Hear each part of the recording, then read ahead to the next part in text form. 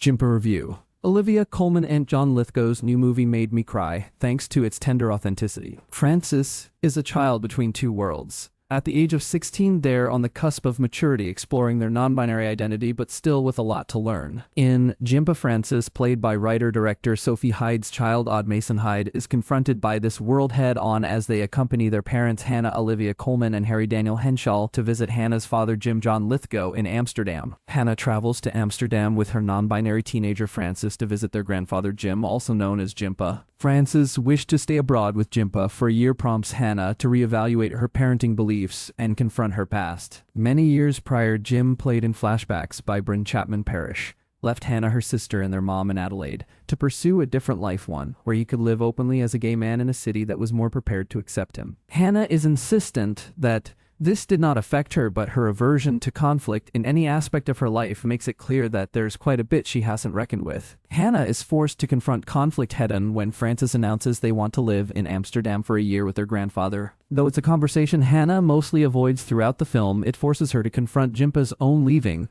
while she decides whether she can trust him to take care of Frances. Jimpa is quite a force, a professor, an activist who lives a hedonistic lifestyle. He lovingly calls Frances his grandthing, though he often misgenders them. His Amsterdam home is littered with papers and books, and decor a haphazard representation of his revolving door policy when it comes to lovers, friends, and students. Mason Hyde is the real breakout here. Their scenes with Colman and Lithgow adding a depth to both of the seasoned actors' performances. His life stands in stark contrast to that of Hannah's, which feels much more constrained, a feature, not a bug. Jimpa jokingly calls out Hannah and Harry for their heterosexual lifestyle, a sly way of endearing himself to Frances. This collision of lifestyles, the nuclear family against Jim's singledom, is but one of the many clashes of values the film takes an interest in. At its heart, Jimpa is about queer people of different generations and how they see the world.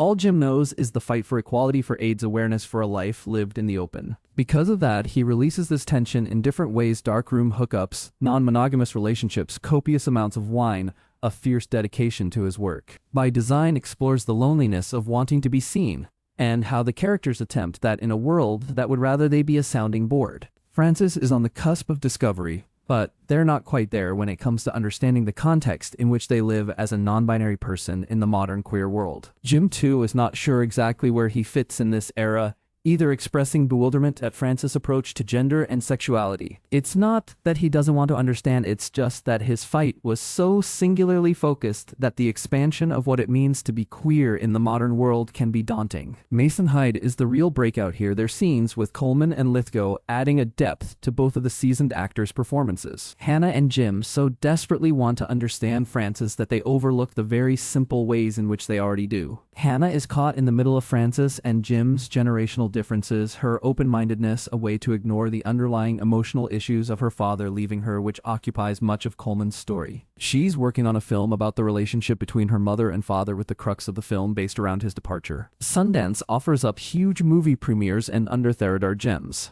Here's our predictions for the films that could break out and dominate 2025. In meetings with collaborators, though Hannah insists her father's departure isn't a source of conflict for her family, or that there was any emotional impact on her as a 13-year-old. Her collaborators are mystified by this position, and much of Jimpa revolves around Hannah's slow acceptance of the fact that maybe Jim leaving resonated more than she cares to admit. Ultimately, Jimpa may have a bit too much on its plate, and it opts for a sincerity that feels a bit too saccharine at times. Still, it's refreshing to see queer family dynamics explored in this way. Hyde pulls from her own life for the story, and there's a genuine tenderness that overrides the film's few shortcomings. Along with its genuine humor and a frank exploration of the different ways queer people live today, Jimpa is an emotional experience that feels authentic in a way that can be difficult to capture. Jimpa premiered at the 2025 Sundance Film Festival on January 23.